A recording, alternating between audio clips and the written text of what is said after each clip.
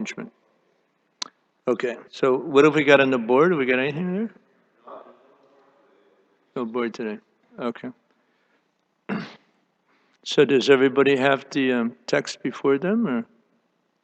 It's 10, 20, 37. Get your phones out. Get all lined up here.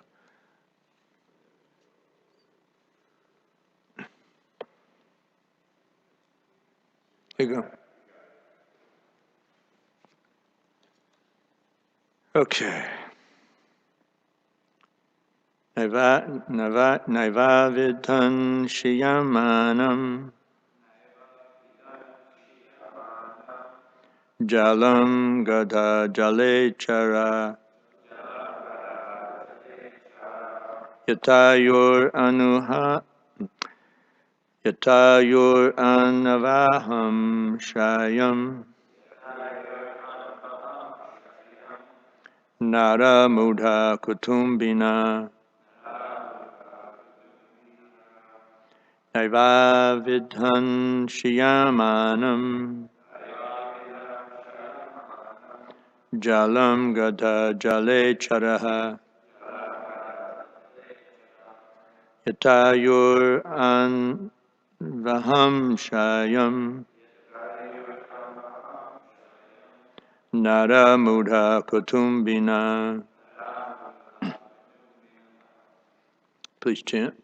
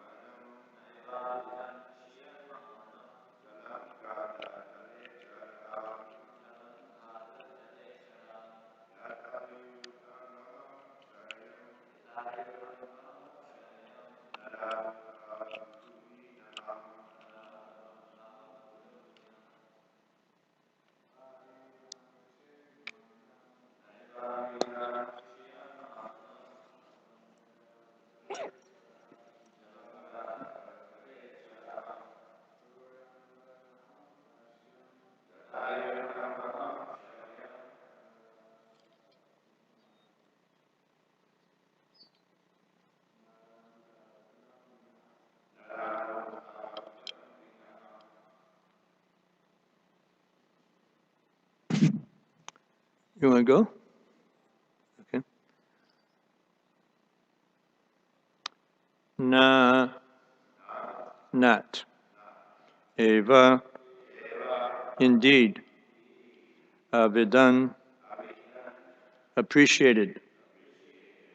Shiyamanam, diminishing. Jalam, the water. Gadajale, in shallow water. Chara, those who move. Yuta, as. Ayur, their lifespan. Anuaham, every day. Shayam, diminishing. Nara, men. Mudha, foolish. Kutumbina, living with family members. Translation and purport by His Divine Grace A.C. Bhakti. By the followers of A.C. Bhaktivedanta Swami Srila Prabhupada. The fish swimming in the increasingly shallow water did not at all understand that the water was diminishing, just as foolish men cannot see how the time they have left to live is diminishing with every passing day. Purport. After the rainy season, the water gradually goes down, but stupid fish do not understand this. Thus, they are often stranded on the lake shores and riverbanks. Similarly, those infatuated with family life do not understand that the remainder of their life is constantly decreasing. Thus, they fail to perfect their Krishna consciousness and are stranded in the cycle of birth and death.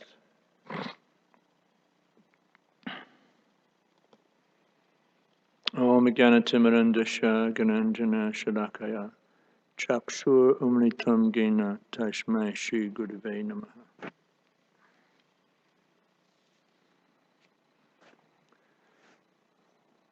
Does anybody know what the first sutra of the Vedanta Sutra is? Okay. What? That's it. Okay. Good. So Tato Brahma Jignasha. So human form of life is quite different than the animal form. In animals, they're just thinking about, well, how can I get something to eat? How can I have sex? How can I defend myself? How can I, all these kind of bodily needs. That's the continual flow of consciousness. So in the human form, we have enhanced intelligence, which enables us to acquire, well, who am I? What am I doing here? How was this whole world created? Is there a controller? Okay, so then someone who is thinking like this, he'll start thinking, well, is there a supreme, absolute? And so this is what takes place when someone is actually interested in spiritual life. And that it does happen, although in Kali Yuga, Prayena Payasa Sabya Kalavashmin Yugejana Manda Sumanda Matayo Manda Bhagya Yupaduta. This is, the Kali Yuga, the duration of life is very short. People are, they're lazy, misguided, unlucky, and above all, they're always disturbed. So the tendency, in Kali Yuga is to not go this direction. This is in general what takes place. People live, practically speaking, as animals. Even in so-called civilized situations, their thought process is eating, sleeping, mating, defending. So this is the opportunity that comes to us with the human form of life, and it shouldn't be neglected. However, just as the fish, the rain stopped, and now they're coming into the prolonged dry season, and so the water starts diminishing. But they're not thinking about that. They're just going on with their fish-like business, and but eventually they get stranded. That's the downside of ignoring the decrease in the water. I mean, they could go into deeper water if they were smart, but they're not thinking like that. So this is the metaphor that's being used here to describe the situation of those personalities that are just so attached to, they're just ignoring. They're just so attached to their material situation. They just don't even notice. They're not even thinking that they're going to die. A couple relevant shlokas come to mind. Ahani ahani bhutani kachanti ya yamalayam shesha stavaram ichanti kimastya yamata param. Who was that? There was this question. It was asked of King Yudhishthira. This is in Mahabharata. Who asked him? What do you think? Drawing a blank. It was an exalted personality. Nobody here has the answer? Okay. So anyway, the response, what's the most wonderful thing in this world? This is the question. Okay, you got the answer? Who is that? Who asked it? Maharaj Yudhishthira asked the question. He was asked the question. Who asked it of him? I know it was Yudhishthira that gave the answer.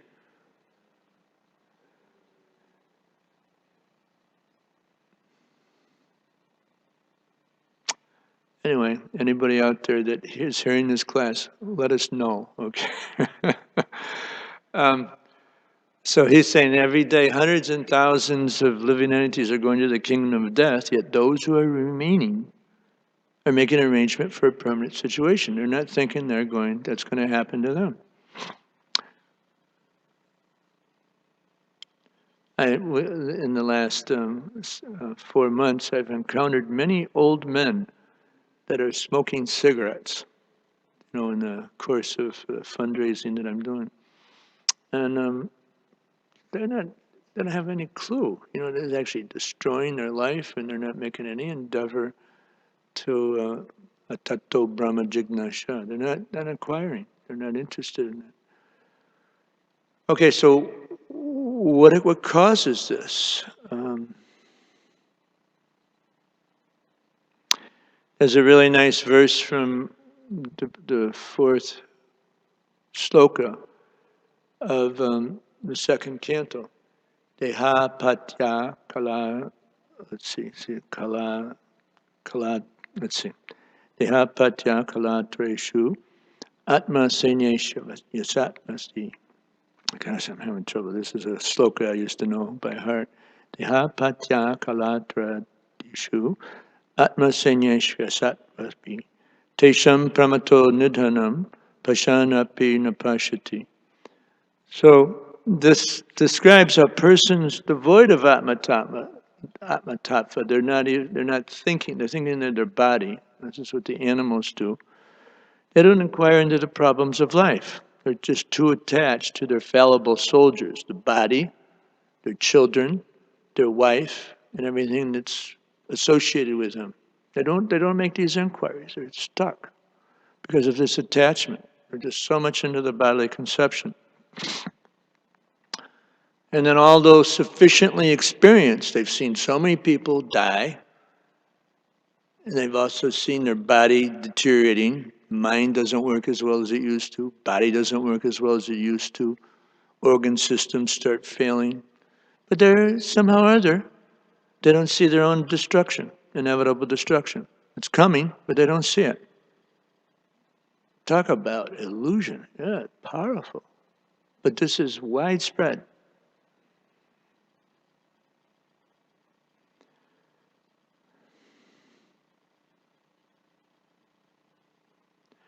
And as a result of that lack of understanding, one just pursues sense gratification, because that's actually the purpose of life. Atirna Krishna parata svatova mito bipadyeta grihavitanam adantago bir vishatam tamishram puna punastravita charvananam. So when someone, is just thinking that sense gratification is the purpose of life, he performs all kinds of sinful activities that bring him into like hellish conditions. And he can't get out of it by his own endeavor, by the instructions of others, or by a combination of both.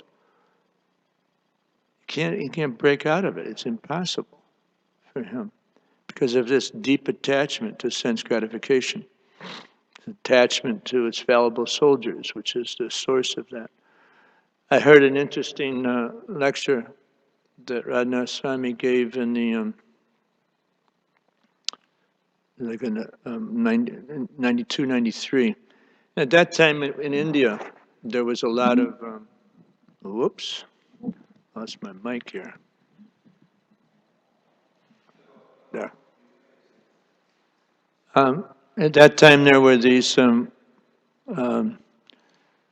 religious riots going on where the Muslims and Hindus were killing each other, just beating each other up and shooting each other in Bombay. And there was a devotee from the Chopati congregation that was injured. And he was in this hospital. And while he was in this hospital, he wasn't like critically injured, but injured enough so that he required hospitalization. But there were many Hindus that came in to the hospital, and they were critically injured, and they didn't have much time left. And he reported to Radhnaswami, the devotee community, that he didn't hear one of them cry out the name of the Lord. But they were always, well, where's my wife? Where's my son? It was this whole, the fallible soldiers, that attachment. And so they didn't really, connect. At the time of death, they were thinking of their family members and fallible soldiers, because what could they do for them? They couldn't relieve them from samsara. If they chanted Hare Krishna, and it's a whole different story. So they weren't in that frame of mind because of the conditioning that they'd undergone. Interesting story. But this is, this is in a Hindu country where many people are reading Bhagavad Gita. So then, it seems like, the last time I gave class, it was all about, that one should at a certain stage of life renounce because, the end is coming. So I got that the last class, I'm getting that in this class.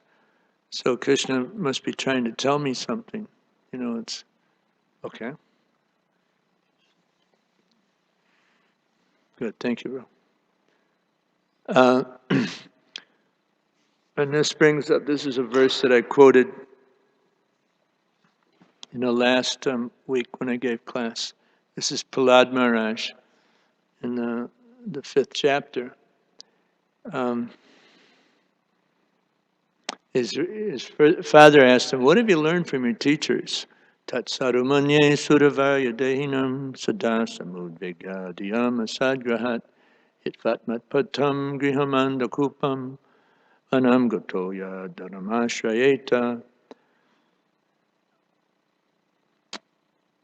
O best of the asuras, O king of the demons, as far as I've learned from my spiritual master, anyone who's accepted a temporary material body and temporary family life is certainly embarrassed by all kinds of anxieties.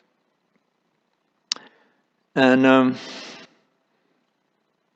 it's like he's fallen into a dark well where there's no water, but there's only suffering. It's andakupan. So what should he do? He should give it up. He should go to the forest. Anam gato yardharam ashrayeta. But more clearly, he should go to Vrindavan and take shelter of Krishna. So this is essentially what there's in the Chaturvarnyam Maya Shristam Guna Karma Vibhaga Shaha. So Krishna created the Varnashram system. There's the gunas, and then there's the ashrams. So the varnas and the ashrams. So the ashrams, it's kind of calculated on the basis of 100-year life expectancy. Not many people in Kali Yuga live that long. I think it's about 75 years or something in America now, the average lifespan? Maybe it's even less than that. Something like that. So, but it's like 25 years brahmacharya, you're preparing, and then if you need, then you go into the grahastha ashram, that's 25 years.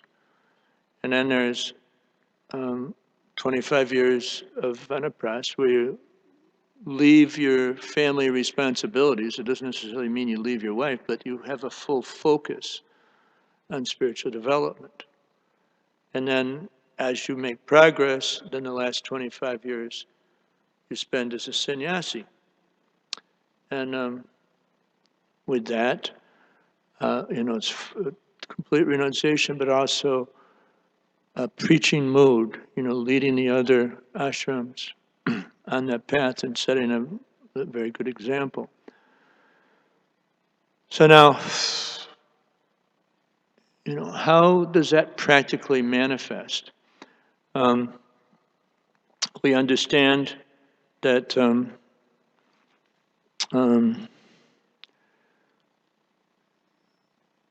there's different indications, that the end is coming. Kalosmi, how to say, Kalosmi. Krishna says to Bhagavad Gita, to Arjuna in Bhagavad Gita, that, time I am, the destroyer of all the worlds. I'm the great destroyer. This is in the universal form chapter. And then, because Arjuna is he's hesitant to fight. And then he's saying, Nimitta matram bhava savya sacham. These people, they're already dead. They've already been killed. It's my plan. So now you can be an instrument in this. So there's a plan of the Lord for each one of us. And we can start to see that the body starts falling apart, the wrinkles start on the face, the hair changes color. These are all indication, hey, the end is near. And it's time to get serious. So that's the main point of this verse and purport, that we move ahead. And we take, because life is very short. Now, one of the 9 reliable symptoms, the first of the 9 reliable symptoms of bhava is avyarta kalatvam. Anybody know what that means? Yeah, one should not waste a second of his valuable lifetime. This is avyarta kalatvam. So this is when it becomes particularly relevant, because we're realizing the time is short.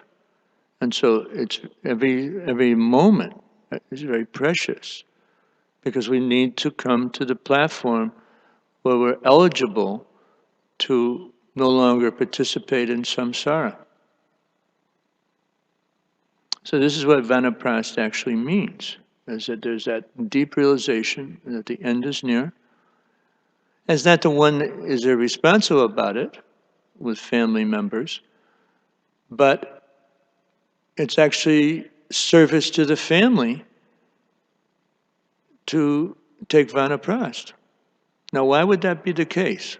That seems like, well, who's going to take care of the wife, and maybe the kids aren't fully grown yet? So why is it service to them? That's a question. That's what a devotee does. He serves every living entity, serves the family. They may be devotees and they may be Krishna conscious. So he's serving by setting a standard of a spiritual culture. That's extremely important. Prabhupada, he actually had association with Mahatma Gandhi, and he told him, you should leave all this politics. You should take up spiritual life. He wouldn't listen to him. I think he ended up getting killed too, didn't he? He was assassinated shortly after Prabhupada gave him that advice. So in general, that's the modality. You just keep going. You keep following it through on your responsibilities for economic development, social responsibilities, following the promptings that comes from the attachments to the fallible soldiers. But ultimately, the most important thing at a certain stage of life, that now if it's accurately divided, 25 brahmacharya, 25 grahastha, 25 vanaprastha, and 25 sannyas. But Kali Yuga is a little, so maybe let's say the life expectancy is 80 years. So then you got 20, 20, 20, 20. So you divide it into 4. But then what happens if you join? Like I joined the movement when I was 27. Well, so then that reduces it even more. Now I've been married 29 years. I'm way out of whack. But so there's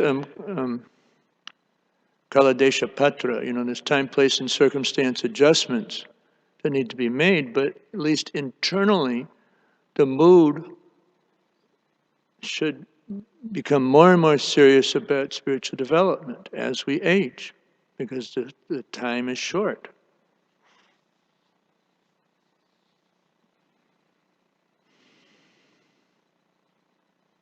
And that's Krishna, that's arranging that, time I am. And so this is actually the formula that all of us should follow. whether we're in a male body or a female body, that same mood of seriously pursuing our spiritual practices, because the end is in sight. And it becomes easier when the symptoms of aging become increasingly prominent. That's natural. These are promptings from Krishna's controlled material energy that, hey, get serious. And if we do, then the onslaught of suffering and disease just won't really be a big problem for us. We'll maybe become diseased and the aging process will continue, but we'll be very blissfully situated. It's like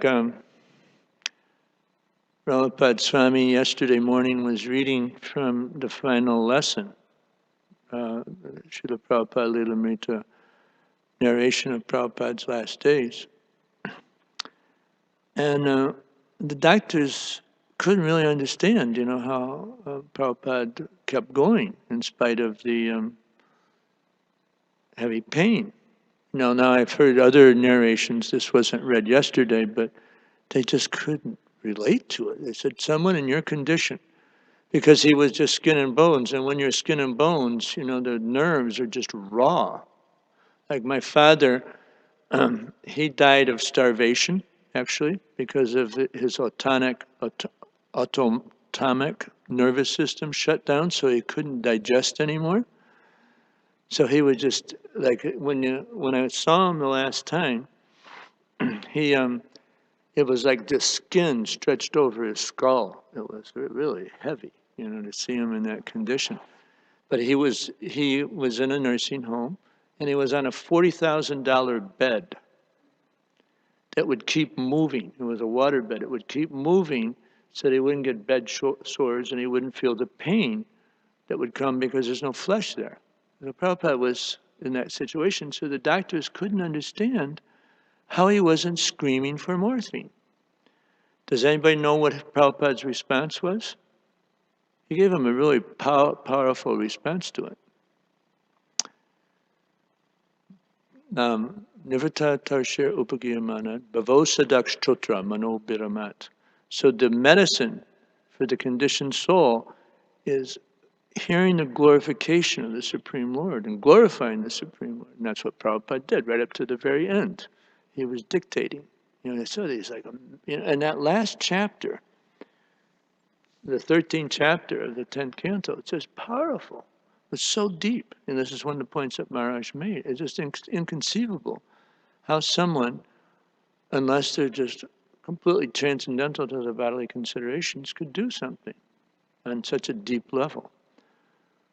A lot of what he was describing, if I remember correctly, was also a description of Vanashram in that 13th chapter. Quite a few purports dealt with that.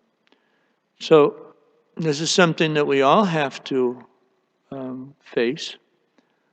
And the sooner we get serious, the better. Because then we get momentum established that make it increasingly sweeter, increasingly more productive in our spiritual practices.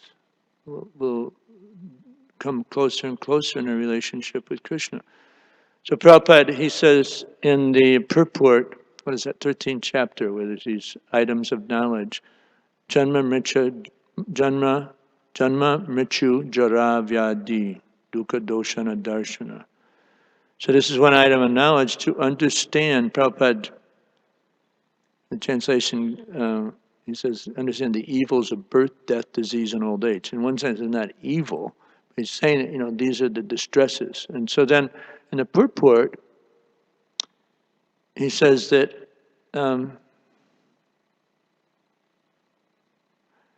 unless one understands the distresses of birth, death, disease, and old age, there's no impetus for spiritual advancement. So it's a really important aspect of our lives, to process disease, understanding what it's all about, that it's actually just signs from Krishna of the temporality of the material body, prompting of old age.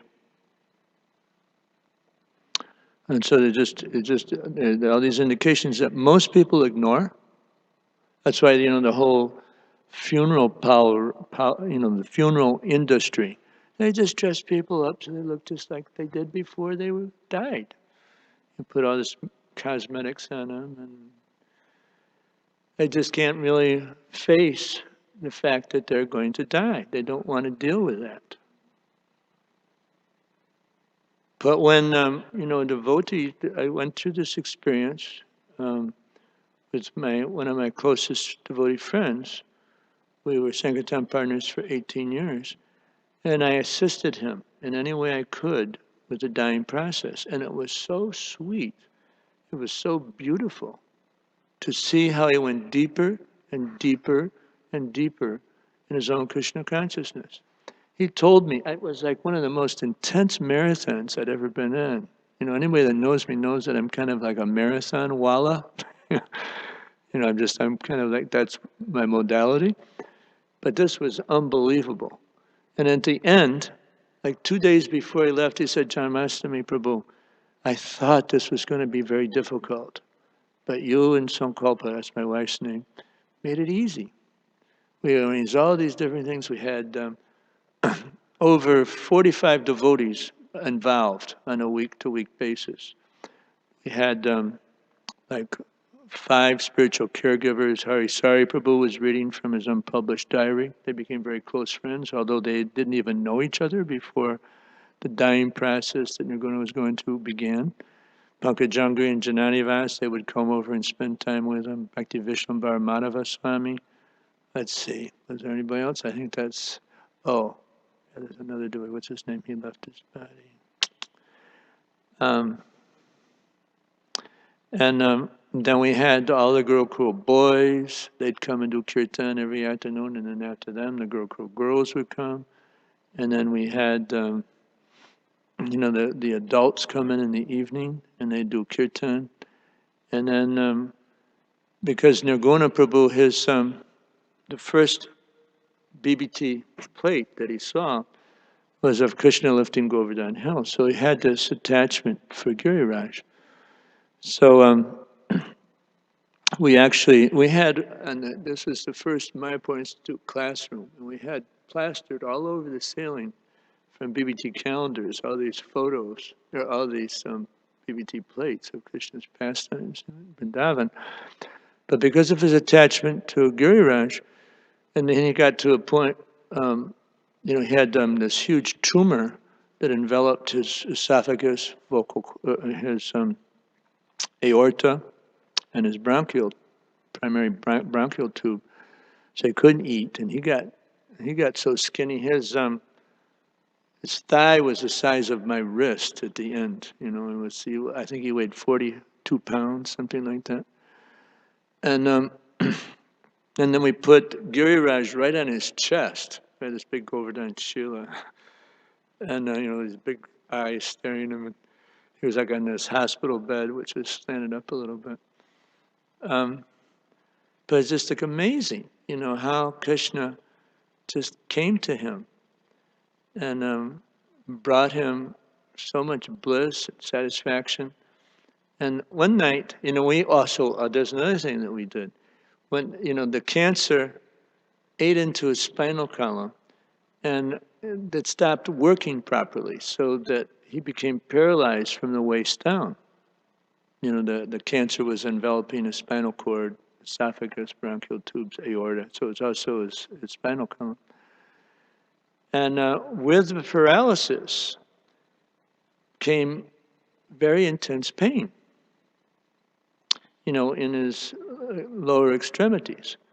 And by experimentation, we found that if we vigorously massaged his feet and his legs, the pain would be reduced substantially. He didn't want to take opiates. He wanted to remain very Krishna conscious at the end. Wanted to remain conscious so that he could be Krishna conscious. So we, with this discovery of what took place, we arranged for, I think it was something like I think it was 37 devotees. And we did this vigorous massage, and each devotee, because he did it constantly, so it wasn't like an easy thing. You just kind of lay back. It was like you had to put all your muscles into it. We had 37 devotees doing 24/7, and they would be on schedule. Some would come in the night, but even in his sleep, if he wasn't massaged, then he would wake up and he'd be in excruciating pain, and it would take much longer for it to subside with massage. I mean, a kind of an amazing facility that Krishna made for him for devotees to develop a relationship with him and really appreciate, his years of bhakti. And Prabhupada disciple, a very super enthusiastic book distributor. I remember we used to work the Atlanta airport. This is when now only O'Hare is open, and there's one other one in America, and then there's one down in San Juan, Puerto Rico. But in those days, the other airports were open, and I went to help get book distribution going in Atlanta. And we'd have about 6 devotees. And we load up in a van in the morning, we'd go there, and they'd work all day long in the airport. And then most of us would be completely wiped out because it was heavy. Sometimes businessmen would swing their briefcases and hit you, to hurt you. And it was just like intense, how hard we'd work and how much surrender was involved. And then we'd all load back in the van, and sometimes we'd have to stop and gas up the van. So everyone would be just kind of like, crashing out. But Nirguna would jump out of the van and start selling books to people, gassing up at the other pumps, and also the attendants. That's how enthusiastic he was. He's just always in that mood of pushing the movement on. So, so in other words, Vanaprastha, there's brahmacharya, and then there's upakurvan brahmacharya. Anybody know what that means? It's this: you maintain the same modality that you had as a brahmachari through grahastha life. In other words, you control the senses, you stay regulated with sadhana, and pretty much like in that mode of a brahmachari, preaching, teaching, serving. So, that pushing on the movement mood is that of a upakurvan brahmachari. So he maintained that, and then 2 years before his departure, his life left him. Very, very uncomfortable, but he just kept going with his service. And then, he had this this disease. It wasn't something that could be turned around. The spindle cell sarcoma is not treatable by radiation or chemotherapy. So, I arranged for him to undergo homeopathic treatment with a doctor that was famous for turning around terminal cancer cases. And he had a whole wing of the National Institute of Homeopathy in Calcutta built because of the remarkable results he got. So I arranged for him to go there, but Krishna had another plan. And it was just amazing, how at the end he developed a very, very high level of Krishna consciousness. Matter of fact, and I'll bring this to a conclusion fairly soon. One night, because he'd served under Jayapataka Swami, he'd been a temple president of the Murari Sevak farm. That's a farm in Tennessee. And he'd also been a Sankirtan leader in Atlanta. And he married a young lady who was a disciple of Jayapataka Swami. So I arranged for him to speak with Jayapataka Swami. He was traveling in LA at the time. It was his morning and it was our evening. Everybody else, the kirtan had left, and I went, there was a devotee, his name is Grahila. He used to be the indexer for the BBT. He also left his body recently. And so, I went up to Nirguna, and I said, Jayapataka Swami will be on the phone with you in 5 minutes. And Nirguna pushed me away like I was annoying him. Like, what's going on? So then I went to Grahila, who was massaging him, and I said, "What's happening with Nirguna?" I just whispered to him. He said, "Janmashtami, I don't know, but I think he's about ready to leave his body. That's my sense." So then I went. There's a devotee who, at that time, who's now in charge of the hospice in Vrindavan. I can't think of his name. He's been initiated since then. But Radha Swami had sent him because Nirguna's medical needs were greater than what our care team could give. We had a full-time nurse. My wife was a nurse before becoming a devotee, but his problems were just too severe for us to handle. So this is a devotee that was in his training with palliative care. He already has MD, but then he was going into the specialty of palliative care, which is helping people that are on their way out of this world. So I went to him and told him what Grahila had told me, and then he said, "Well, let me check." And then he checked his pulse, and and the heart rate and the blood pressure, and he said, yes, he's only got a few hours left. So I called everybody back, Hari Sari and Pankajangri and Janani Vas, and Kurma the cook. He'd actually, when Nirguna's wife left him, Kurma's wife had also left him, and they were roommates in the Polish tour together. So that's how they got to know each other. And so Kurma started, he did an all-night kirtan, 7 hours. It was like amazing. And then in the morning, I made an announcement after Mangal Arti, and invited all the devotees to come for the kirtan. And we had something like 80 devotees in a 16 by 20 foot classroom. This was the first Mayapur Institute classroom, so it was jammed. And and Nirguna was supposed to leave. That was what the doctor said, just a few hours. And so this is about, let's see, I think it was about 6:30, and there was a devotee, I just can't think of his name now, he's from Vancouver, and he was on the daily Harinam program in Mayapur. And so he was leading the kirtan. And then Bhakti Vishwambar Madhava Swami was sitting right next to Nirguna's head, and I was sitting next to him, and Hari Sari was across the way, and the the two Pujari twins were right across from me. And all of a sudden, in the midst of that kirtan, Bhakti Vishwambar Madhava Swami grabbed my leg. It scared me. He said, "Janmashtami, look, Nirguna, his mouth is moving." And then I looked, and he was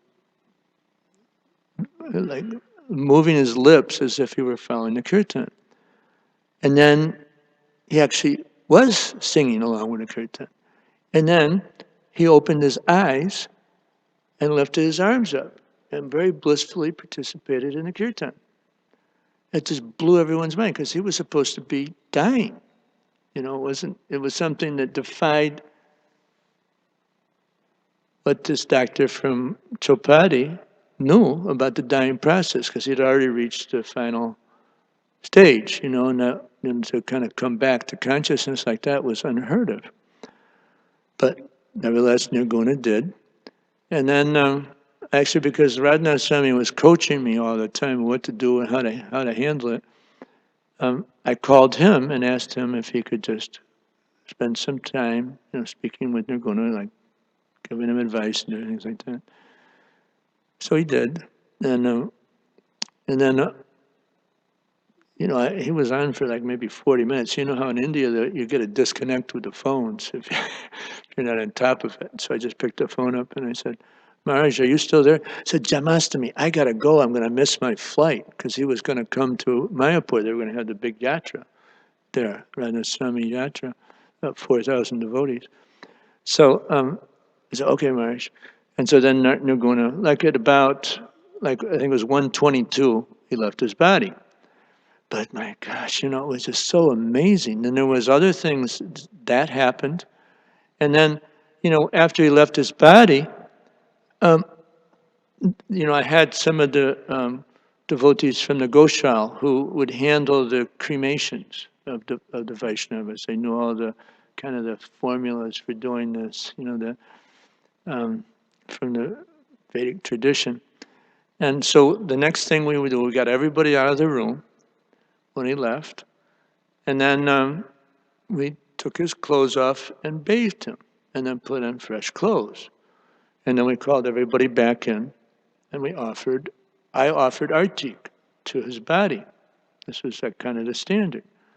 And as I was offering it, I didn't feel sad, but there were tears of bliss rolling down my cheeks because it was so powerful, the whole experience. There was nobody that was in the room that had any understanding that Nirguna didn't go back to Godhead. And as a matter of fact, when he came back to consciousness, Harisari, who had spent a lot of time with him, he'd read to him for like an hour and a half to 2 hours a day, conveyed, I didn't hear it, but all of a sudden Nirguna exclaimed, and Nirguna was so weak that in order to have a conversation with him, you'd have to put your ear right on his mouth, and it was like a whisper. But in the midst of this tumultuous kirtan,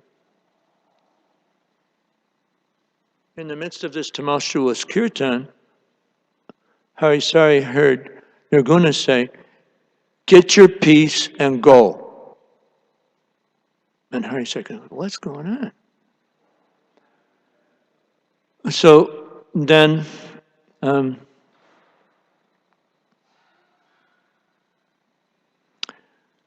he asked Nirguna, did he kind of thought maybe someone said something to Nirguna, and he was just repeating it. So he said, "Did someone say something to you?" And Nirguna said, "Yes." And then Harisari said, "Who?" "Giriraj." "Okay, so Giriraj asked you to get your peace of mind and go. Is that right?" And Nirguna said, "No." "So what did Giriraj mean by get your peace?" And then Nirguna, again, this is like a unusual conversation, but Harisari wrote about it. It's in the Dandavat's article. And then Nirguna he said, what do you mean by peace?" That's Harisari's question. He said, "Giriraj." So then Harisari thought, "Oh, so Giriraj wanted you to take him and go. Is that right?" And you're going to say, "Yes." And he smiled so blissfully. Okay, so going back to the end, we're bathing him, and then after dressing him and after the artik, and then we took him 3 times around the samadhi, and it was still flood season, so we took him by boat to the burning ghat. And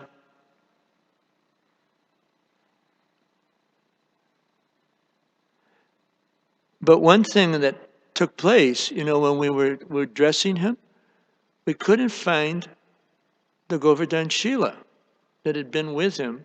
It was one of the Mataji's next door, who was a caregiver. She was a nurse, and so first it was by his bedside, but then as he got more and more failed, then we put it right on his chest. But the Govardhan Shila wasn't anywhere to be found. No one could figure it out. Okay, so then we go around this way. We burn his body, and it was so blissful because he was going back to Godhead. He was already gone. Now we're just taking care of his body. I just felt, and then I came back. It was about 9 o'clock at night, and then I went to Gutta Kitchen. Someone had saved me and a couple of the other devotees that were helping with the cremation, some prasadam. So I was just so blissed out. It wasn't like I was sad. I was so happy that he had successfully escaped samsara. So now I'm going to just bring one last point into play, and then I'll end. What time is it? Okay. So I think there's a little flexibility with the end time, right? Because there's nothing happened. Prasadam's not till 9. So then here's another issue. I described his level of enthusiasm you know, like on book distribution. It wasn't it just every aspect of his life. He was totally on fire about Krishna consciousness. He wasn't a famous devotee in one sense, but everybody knew him, you know, in those days because he was a traveling Sankirtan man. We did TSKP together for years. We worked at Smoky Mountains National Park, which was the best Sankirtan facility in the world at the time. We did it 7 years together. I had a big 10-gallon white cowboy hat. He had a little straw cowboy hat, and we'd welcome people. Welcome to Smoky Mountain National Park, sir. Where you coming from? You know. We did unbelievable numbers of books there. We had like a big party up there, working all the different stops in the park. And but anyway, you know, I discovered this Bhakti-Vikas contributes to this Prabhupada SED conference, which is on the old Pam Hall email system. And I found this one quote. It was actually, he had arranged for Tamal Krishna Maharaj's Bhagavatam classes to be transcribed. And there was one quote that came and was so relevant. And this was, one day, he was with Prabhupada in Juhu Beach. This was at the beginning. I think I brought this up at the end of a class. So I'm bringing it up again, maybe a little bit more clearly this time.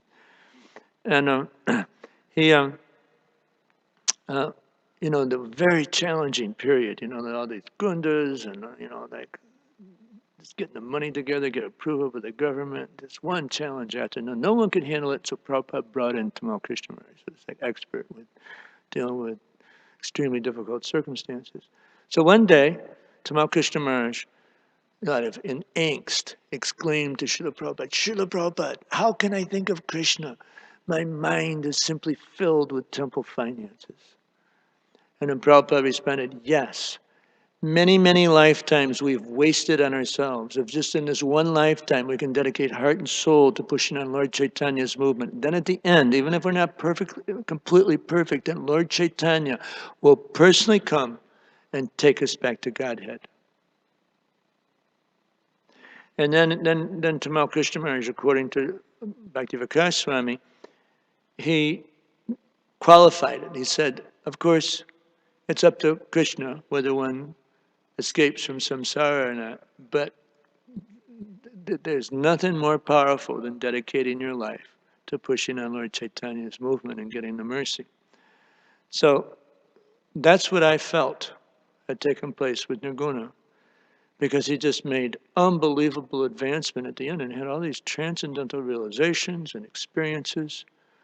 And incidentally, you know, this Govardhan Shila that no one could find that was sitting on his chest just prior to our undressing him and bathing his body and putting clean clothes on prior to the cremation. Like about 3 or 4 days later, another Mataji next door knocked on my door and asked my wife, this Shila just appeared on my altar. Do you know who Govardhan Shila this is? And that was the Shila. So, a little miracle here and there, you know, I mean, that's what the Lord does. But it was just very evident to everybody that he'd gone back to Godhead. And it wasn't like he was free of anarthas. I've traveled with him. I knew different shortcomings that he had. But then, boom, at the end, he was right in Sridham Mayapur, where Chaitanya came, even though he wasn't completely perfect. And he personally came and took him back to Godhead. But it wasn't, you know, there wasn't that Nirguna was in any way mechanically following the process. He was just so full of utsaha, in spite of all the different challenges he had in his life. Okay, so I'll stop here. And does anybody have any questions or comments or reflections or chastisements? I would prefer the chastisement. No? Okay.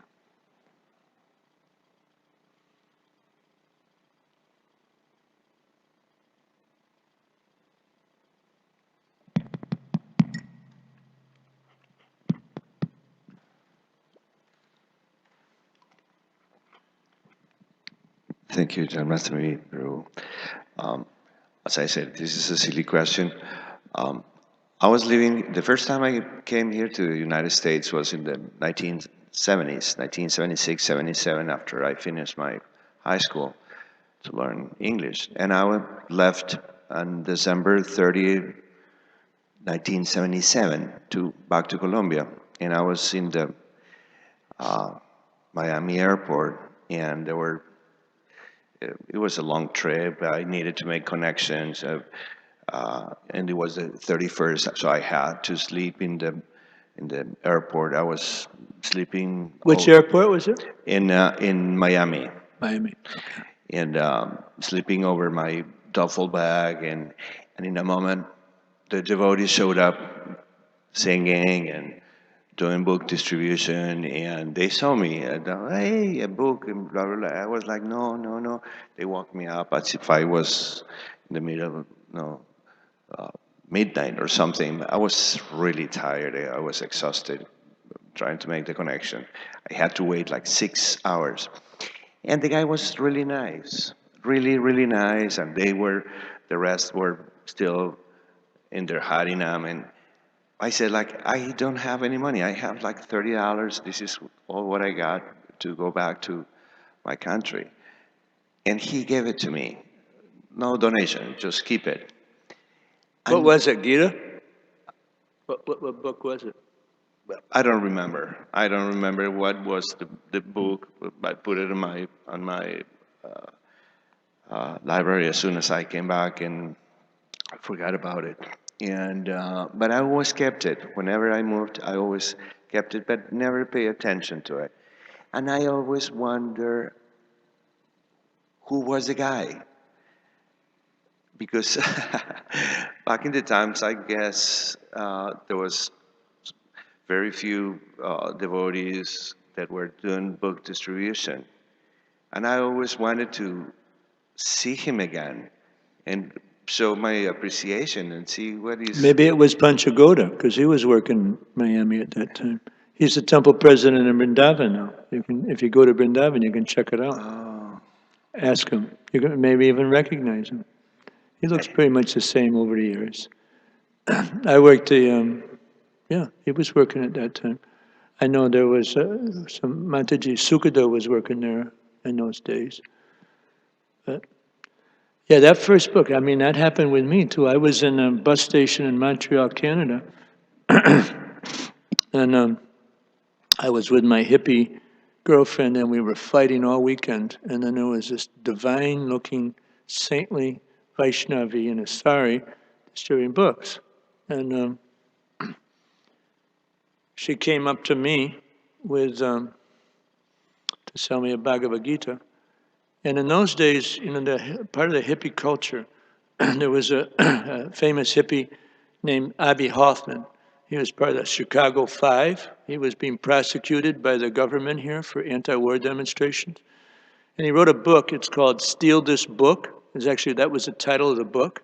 You can imagine in this bookstore, steal this book. Okay, so, you know, they probably had a few of them stolen, you know, in the bookstores. So the theme of the book was how to get by in American culture without spending any money.